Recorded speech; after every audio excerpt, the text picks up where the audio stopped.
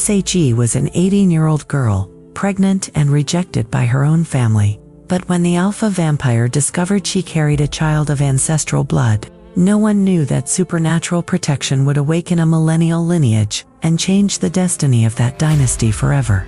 The storm hit the city like a curse that night.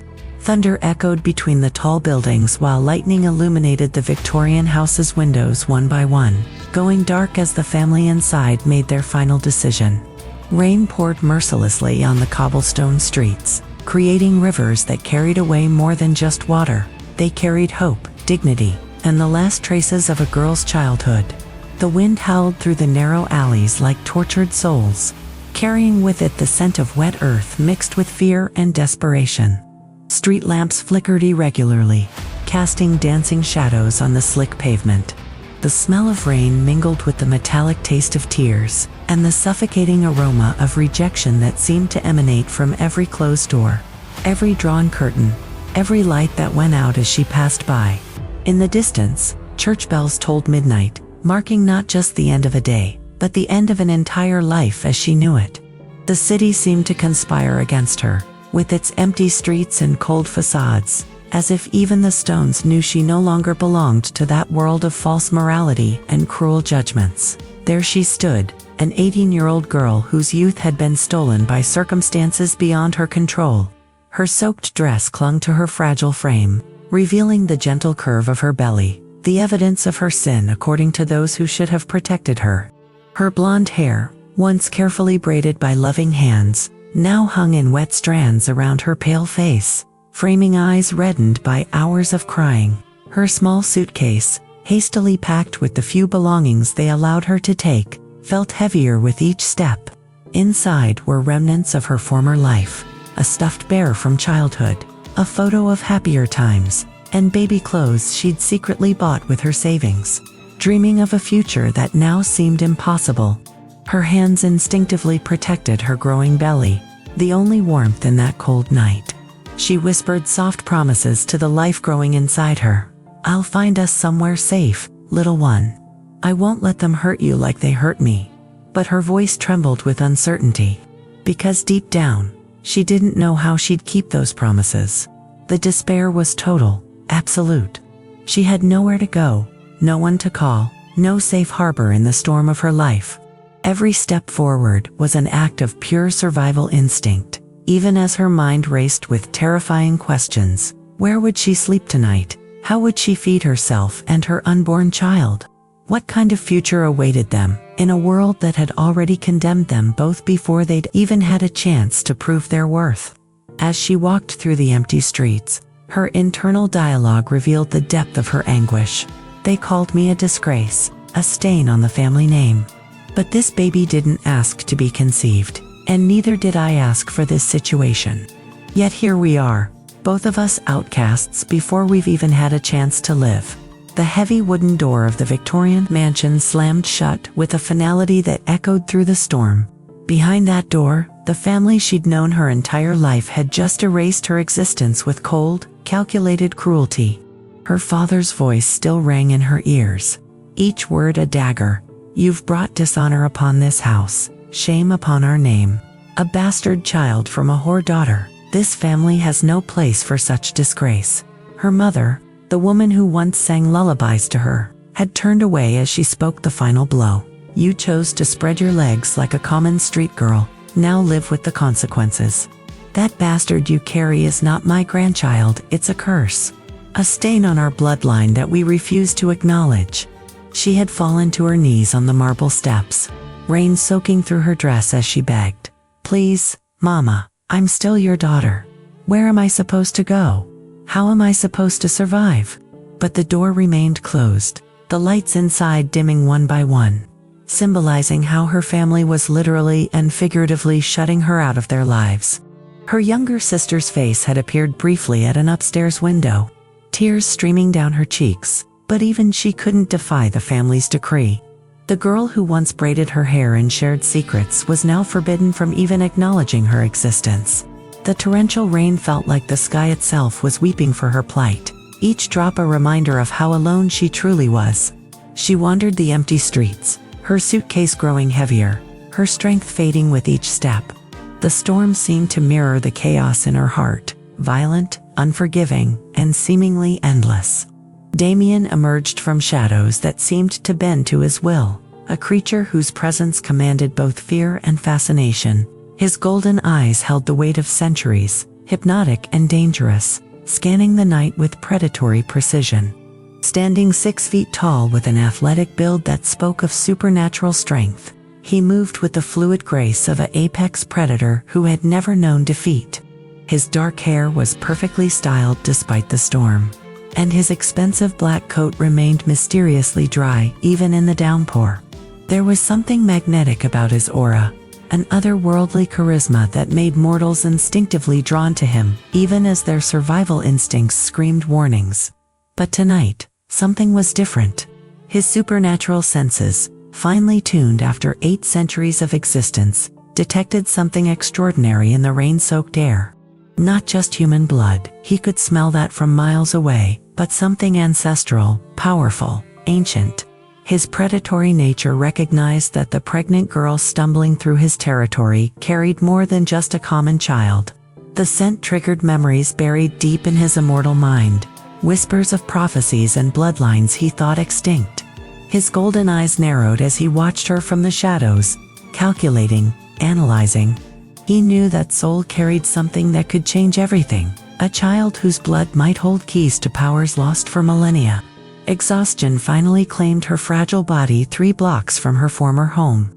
The combination of emotional trauma, physical strain, and the unforgiving storm proved too much for someone carrying new life. Her knees buckled on the slick pavement, her small suitcase scattering its meager contents into puddles as she collapsed. The last thing she saw before darkness took her was a pair of golden eyes approaching through the rain, impossibly bright against the storm's fury. Strong, cold arms lifted her with supernatural ease, carrying her through streets that seemed to blur and bend around them. She awakened in warmth, the first genuine warmth she'd felt in hours.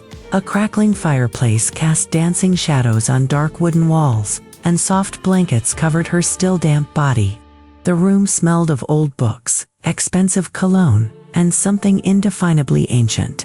"You're awake," came a voice like velvet and steel. Damien stood by tall windows, his silhouette imposing against the lightning outside. "You nearly died out there." Her hand immediately went to her belly, panic flooding her features. "The baby is fine," he interrupted, his golden eyes meeting hers for the first time. "But barely. Another hour in that storm would have killed you both. Who are you?" she whispered, instinctively knowing this was no ordinary Good Samaritan. "Someone who recognizes what you're carrying isn't entirely human," he replied with supernatural honesty that chilled her. "And someone who's decided, you're under my protection now." The contrast hit her like a physical blow when morning light filtered through heavy velvet curtains. Where she'd spent her last night on dangerous streets, dodging shadows and fearing every footstep, she now found herself in a Gothic mansion that seemed pulled from another century. Towering ceilings disappeared into darkness. Ancient oil paintings watched her with eyes that seemed to follow her movements, and marble floors reflected her bare feet as she explored her new prison paradise. Ornate candelabras cast flickering shadows on walls lined with books, whose titles were written in languages she couldn't identify. The contrast was surreal, from homelessness to luxury, from abandonment to supernatural protection, from certain death to mysterious safety. Yet something about the grandeur felt isolating, as if beauty could be another form of cage. Damien appeared silently, his supernatural grace making no sound on the marble floors. "There are rules here," he announced without preamble, his golden eyes cold and businesslike. "You don't leave these grounds without my permission. You don't invite anyone in. You don't ask questions about things that don't concern you.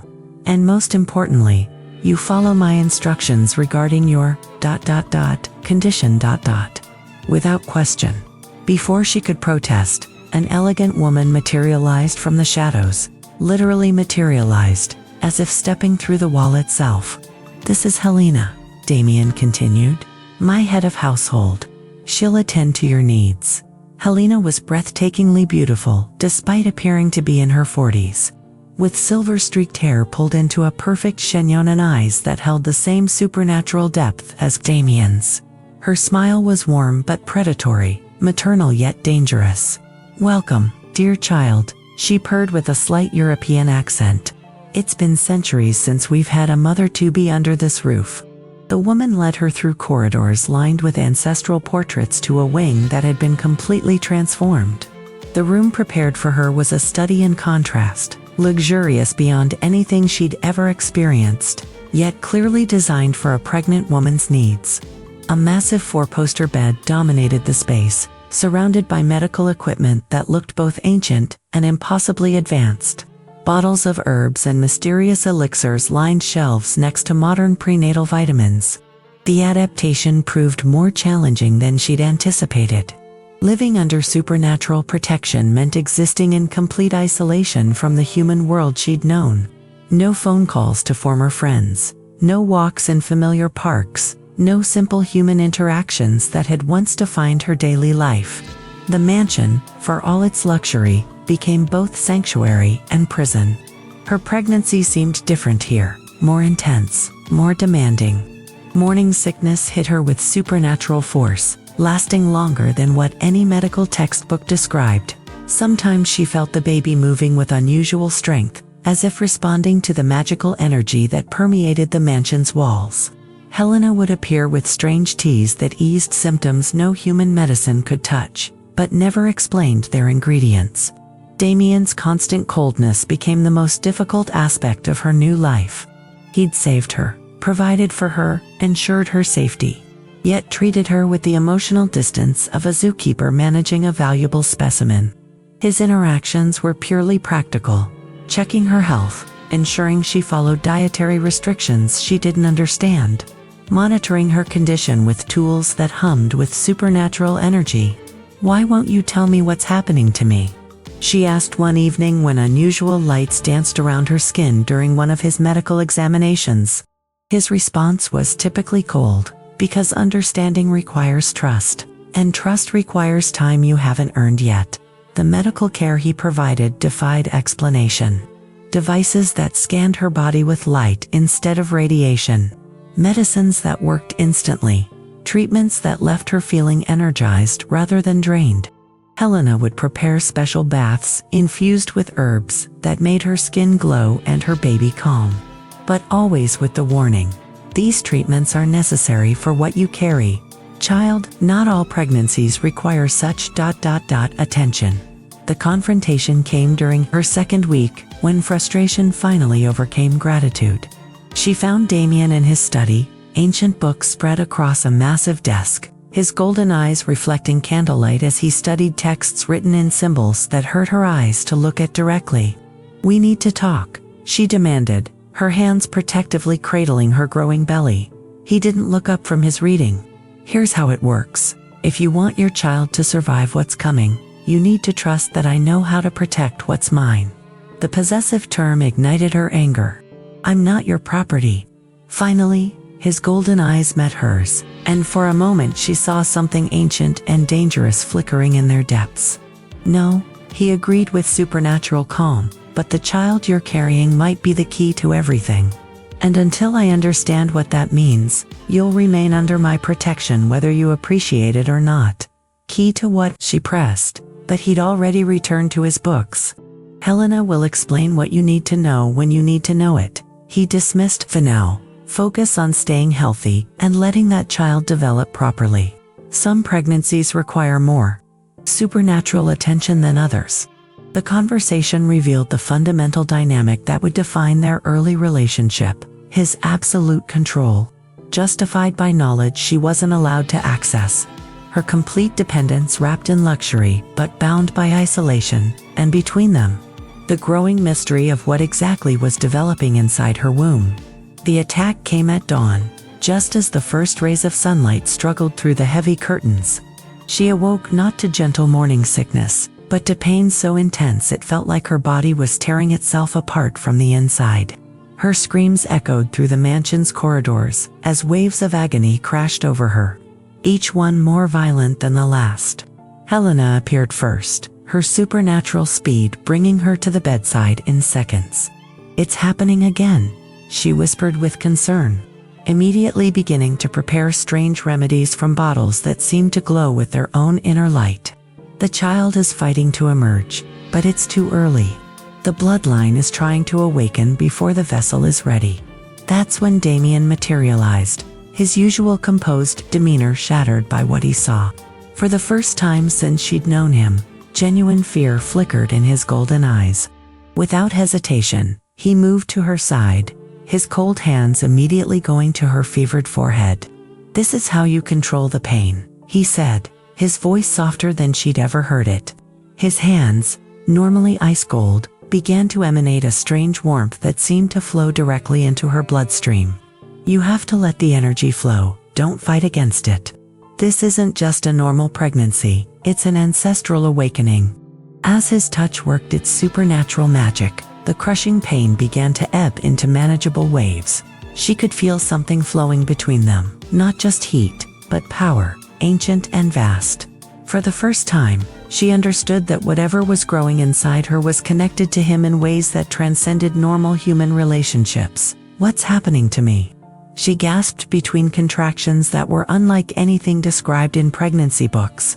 "Your child carries bloodlines that haven't walked this earth for over 1,000 years, he explained, his hands never leaving her skin. "The awakening process is ... intense. Most human bodies can't handle it without supernatural intervention." That physical closeness broke down barriers that weeks of cold formality had built between them. She could see past his supernatural control to the genuine concern in his ancient eyes. Could feel in his touch not just medical care but protective instinct so fierce it bordered on possession. "The energy needs to flow freely," he continued, his voice taking on an almost hypnotic quality, as his hands moved to trace patterns on her skin that seemed to glow faintly in the dim light. "Fighting against it will only make the pain worse. This isn't just pregnancy, it's the resurrection of powers that have been dormant for centuries." His touch was methodical, yet gentle, professional yet intimate in ways that confused her. She could feel the supernatural energy flowing from his hands into her body, wrapping around the life growing inside her like a protective cocoon. The baby responded to his presence, its frantic movements calming as if recognizing something familiar and safe. "Better?" he asked after several minutes of this otherworldly treatment. She nodded, amazed at how completely the pain had vanished. "How do you know how to do that?" For the first time, his mask of supernatural detachment slipped entirely. "Because I've been waiting 800 years for this child to exist." The admission hung in the air between them like a confession that changed everything. She studied his face, seeing for the first time not just the predatory beauty of a vampire, but the deep loneliness of a creature who had outlived everything he'd ever cared about. 800 years, she whispered. He moved to the window, his silhouette imposing against the morning light that couldn't touch him. "I had a family once," he began, his voice carrying the weight of centuries. "Not vampires, humans I protected, loved, watched grow old while I remained unchanged. They carried a bloodline that made them special, powerful in ways that threatened those who feared what they couldn't control." His hands clenched into fists as ancient pain flickered across his features. "They were hunted to extinction. The last of them died in my arms 3 centuries ago, and I thought that bloodline, those powers, died with her." She felt her breath catch as understanding began to dawn. "But my baby carries those same genetic markers," he confirmed, turning to face her with eyes that blazed with hope she hadn't seen before. "Somehow, impossibly, that extinct lineage has awakened in the child you're carrying. Everything I've lost, everyone I've failed to protect, they live again in what's growing inside you."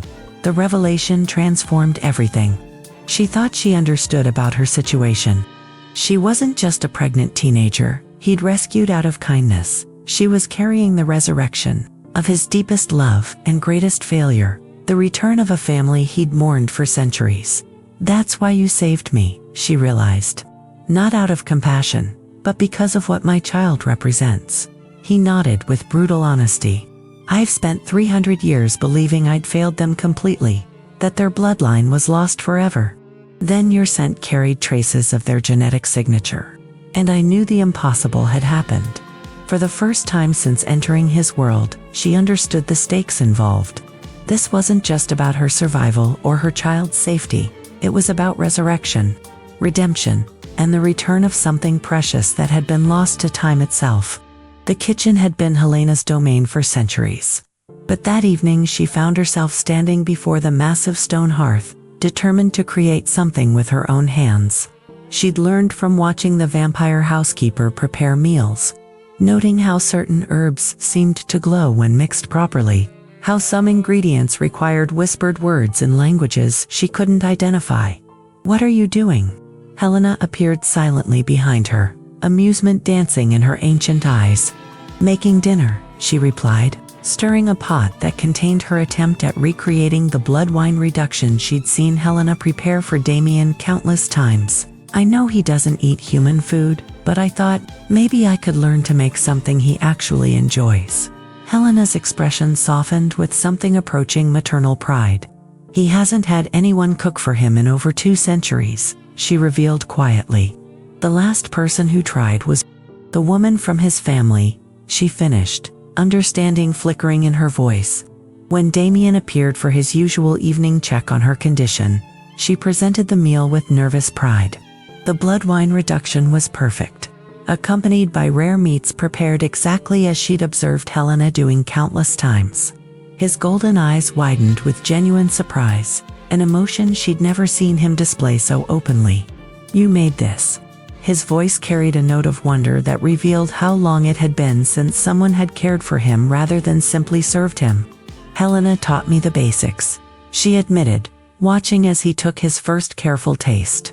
When approval flickered across his features, she felt a warmth that had nothing to do with the kitchen fire. For the first time since their arrangement began, they sat together at the massive dining table, sharing a meal in comfortable silence. She ate her human food while he consumed what she'd prepared, and the act felt more intimate than any conversation they'd shared. It was during this meal that the baby began moving with unusual vigor, responding to some emotional shift in the atmosphere. Without thinking, she placed her hand on her belly, trying to calm the sudden activity. "Is something wrong?" Damien asked immediately, his supernatural senses detecting the change. "Just very active tonight," she replied, then made a decision that surprised them both. "Would you like to feel?" The question hung in the air between them, loaded with implications neither was ready to fully acknowledge. After a moment's hesitation, he moved closer, his cold hand replacing hers on the curve of her belly. The moment his skin made contact, the baby responded with a movement so strong it was visible through her dress. His expression transformed completely, ancient features softening with wonder and something approaching reverence. "It knows me," he whispered, voice filled with awe. "The bloodline recognizes its protector." The nightly walks began as medical necessity. Helena insisted that gentle exercise in fresh air was essential for both mother and child, especially given the supernatural nature of the pregnancy. The mansion's gardens provided a perfect sanctuary, enclosed by high walls that kept the human world at bay, while offering acres of carefully tended beauty. Under starlight and moonglow, they would walk the winding paths between ancient rosebushes and centuries-old oak trees. Sometimes they talked, sometimes they moved in comfortable silence, but always with his supernatural awareness, protecting them from any threat that might dare approach his territory. "The roses bloom year-round here," she observed one evening, touching petals that seemed to glow faintly in the moonlight. "Vampire magic," he explained simply. "Time moves differently in places where we've lived for centuries. Plants respond to our presence, bloom when they sense we need beauty." During these walks, accidental touches became frequent, his hand steadying her when pregnancy made her balance uncertain, his arm offering support when the baby's weight became too much. Each contact sent currents of energy between them that had nothing to do with his supernatural powers and everything to do with growing emotional connection. The prenatal care sessions became exercises in controlled tension. His hands on her body, monitoring the child's development with supernatural precision, checking her health with tools that hummed with otherworldly energy. What began as clinical examinations gradually transformed into something more intimate, charged with unspoken awareness of how right his touch felt, how safe she felt in his presence. One evening, when the baby was particularly restless, she found him in the library studying ancient texts by candlelight. Could you, would it be possible, double quotes. She hesitated, then took courage. Sometimes when you touch my belly, the baby calms down completely. Tonight it won't stop moving. Without question, he set aside his books and moved to where she sat, his hands immediately finding the source of the disturbance. But instead of his usual silent treatment, he began speaking to her belly in a language that sounded like music, ancient words that seemed to resonate with supernatural power. "What are you saying?" she asked softly. "Lullabies," he replied, his voice gentler than she'd ever heard it. "Songs my family used to sing to their children, passed down through generations before they were lost." The baby responded immediately, its frantic movements settling into peaceful stillness. But more than that, she felt her own tension melting away as his ancient song wove magic around them both. The growing intimacy terrified him, and his attempts to re-establish emotional distance became more frequent and more desperate. After a particularly tender evening when he'd sung the baby to sleep while she dozed against his shoulder, he pulled away abruptly. "Don't get the wrong idea about this," he said harshly, his golden eyes cold again. "Don't think this changes what I am. I'm still a cursed creature, a predator. I'm not father material, and I'm definitely not the kind of man who builds families." She studied his face, seeing the fear beneath the supernatural control. "I know what you are," she replied quietly. "But sometimes even the darkest souls can become exactly the protection someone needs." "You don't understand," he insisted, moving to put physical distance between them. "I've killed people. I've lived for centuries by taking life from others. My hands have done things that would horrify you if you truly comprehended them. And yet those same hands have saved my life and my child's life more times than I can count," she countered. "Those same hands sing lullabies that make an unborn baby feel safe. Maybe what you were doesn't have to define what you could become." His resistance crumbled slightly at her words, but he fought to rebuild it. "This arrangement is temporary. Once the child is born, once I understand what powers it carries, everything changes. Don't let yourself believe in fairy tale endings." But even as he spoke the words, neither of them could ignore how hollow they sounded, how little conviction lay behind his warnings. The truth was becoming impossible to deny. Whatever had begun as supernatural obligation was transforming into something neither had expected. Something that terrified and thrilled them both in equal measure. The ancient library had become their sanctuary during the final weeks of her pregnancy. Floor-to-ceiling bookshelves stretched toward shadows that seemed to breathe with centuries of accumulated knowledge, while leather-bound volumes whispered secrets in languages that predated modern civilization.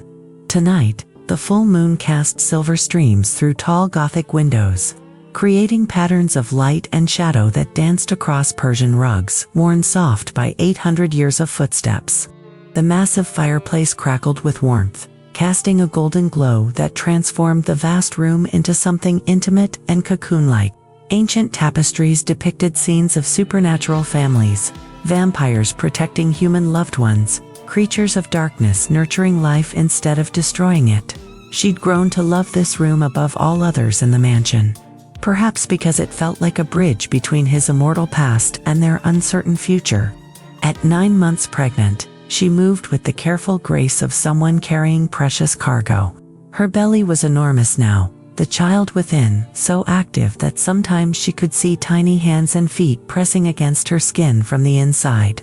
Helena had warned her that supernatural pregnancies often went longer than human ones, and she felt every day of the extended timeline in her aching back and swollen ankles.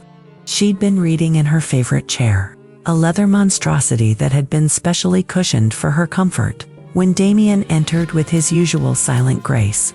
But tonight something was different in his bearing, a tension she'd learned to recognize as internal struggle. The war between his protective instincts and his carefully maintained emotional distance.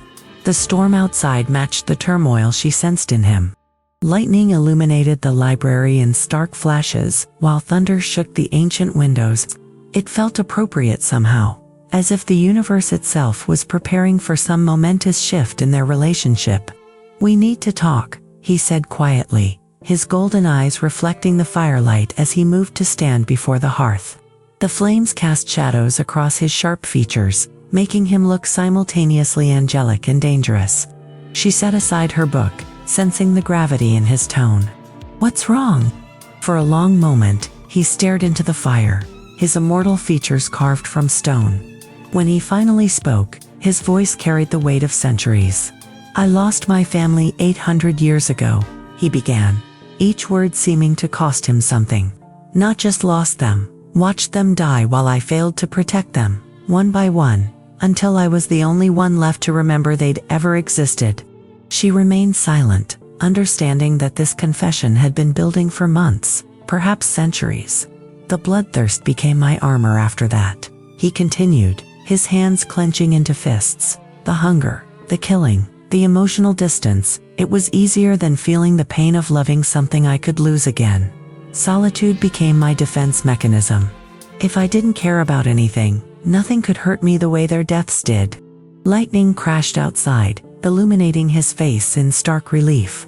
"But then you appeared, carrying this child that carries their genetic signature, and you've awakened protective instincts in me that I thought died with them. Every time I see you struggling, every time the baby moves under my hands, I feel things I buried centuries ago, coming back to life."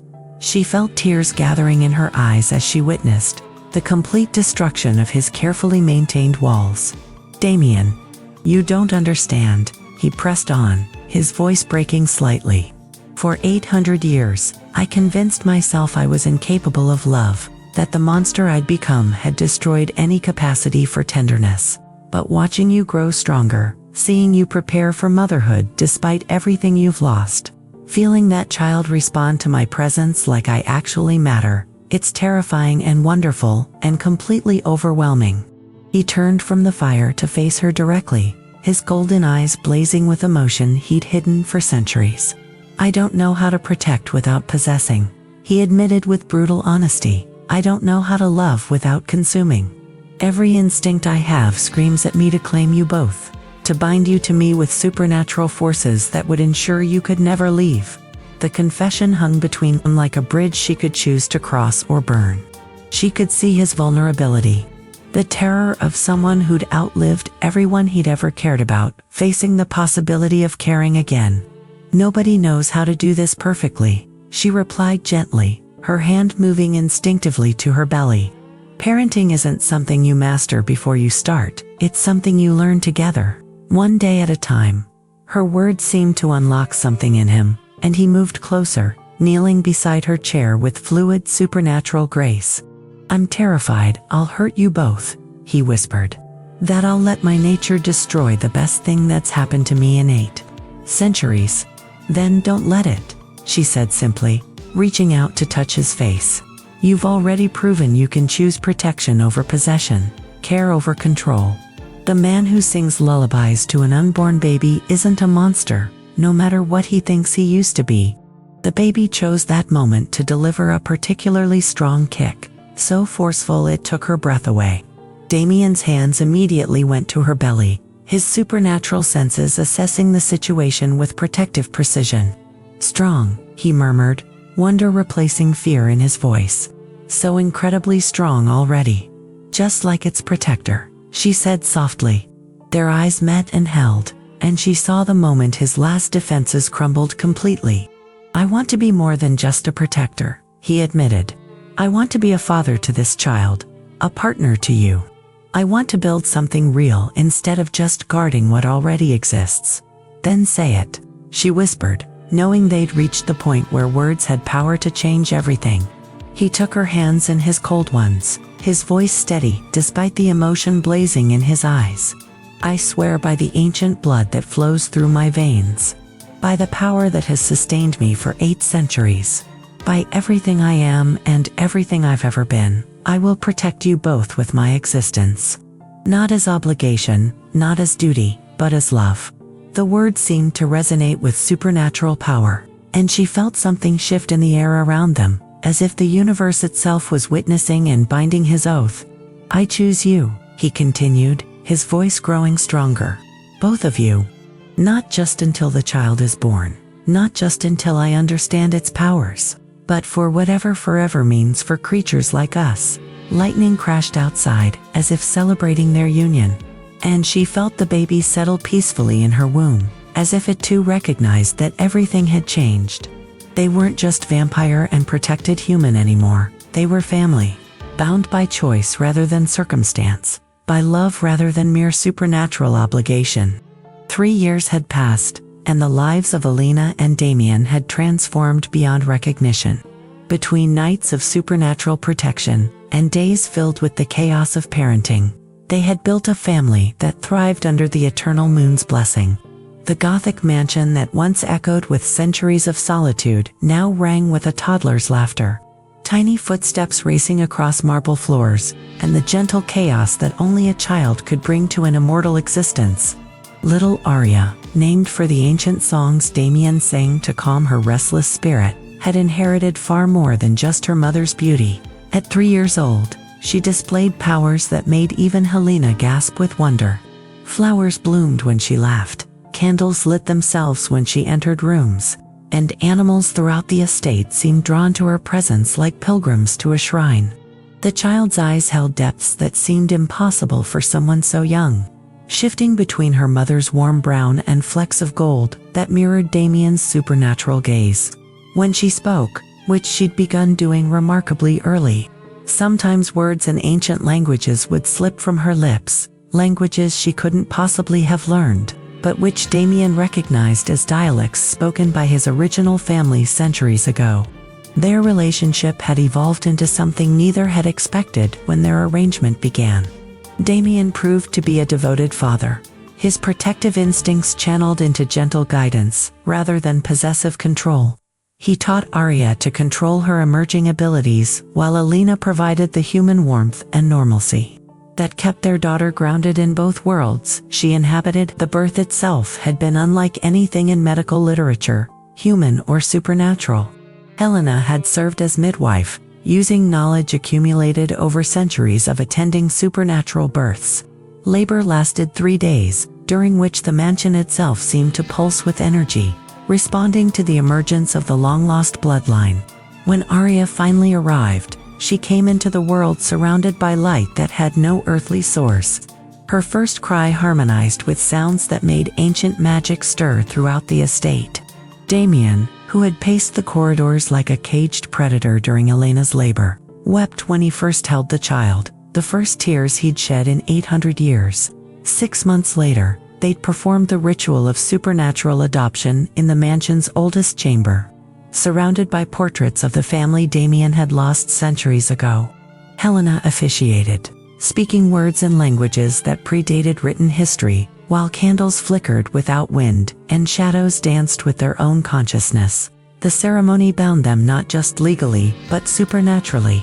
Elena gained extended lifespan that would allow her to watch Arya grow for centuries rather than mere decades, while Damien gained something he'd thought impossible: the ability to create life bonds rather than just take them. Arya's powers manifested early and spectacularly. By her first birthday, she could communicate telepathically with both parents, her infant babbling translating directly into their minds as complex thoughts and emotions. Plants throughout the estate grew larger and more beautiful in her presence, while the mansion's ancient protective spells strengthened, as if recognizing her as their rightful heir.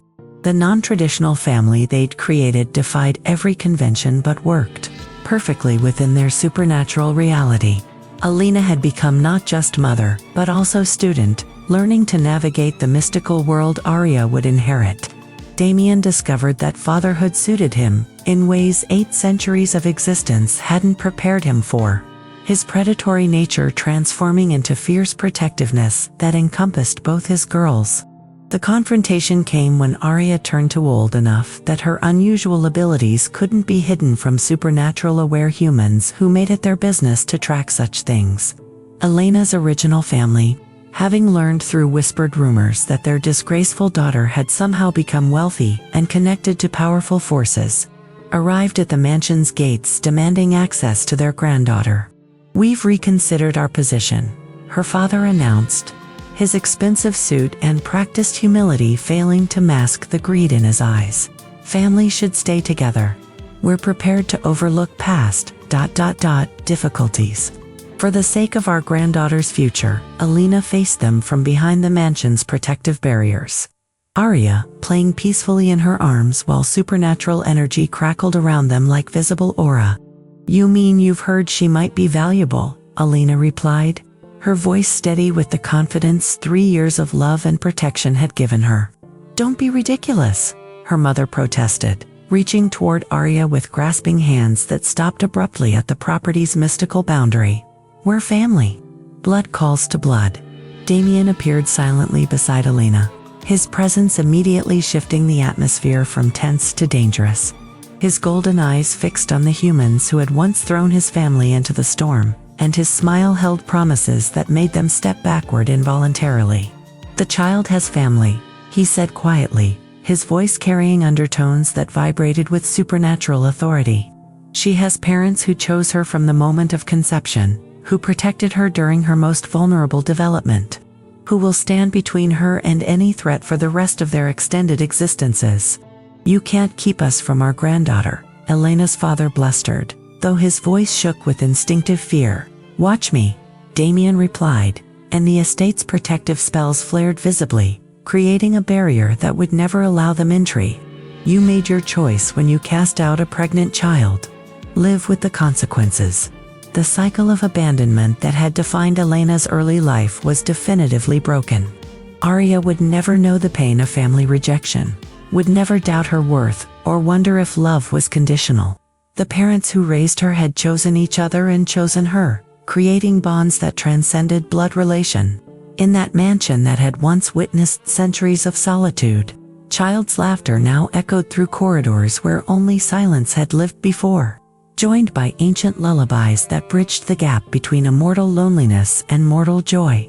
The family that had seemed impossible to birth from such rejection had flourished and grown, proving that even the coldest hearts could find warmth when they had the courage to embrace protective love.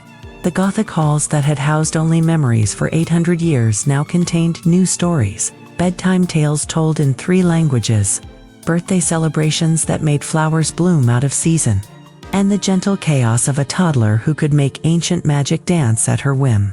What began as supernatural obligation had transformed into something neither Elena nor Damien could have imagined.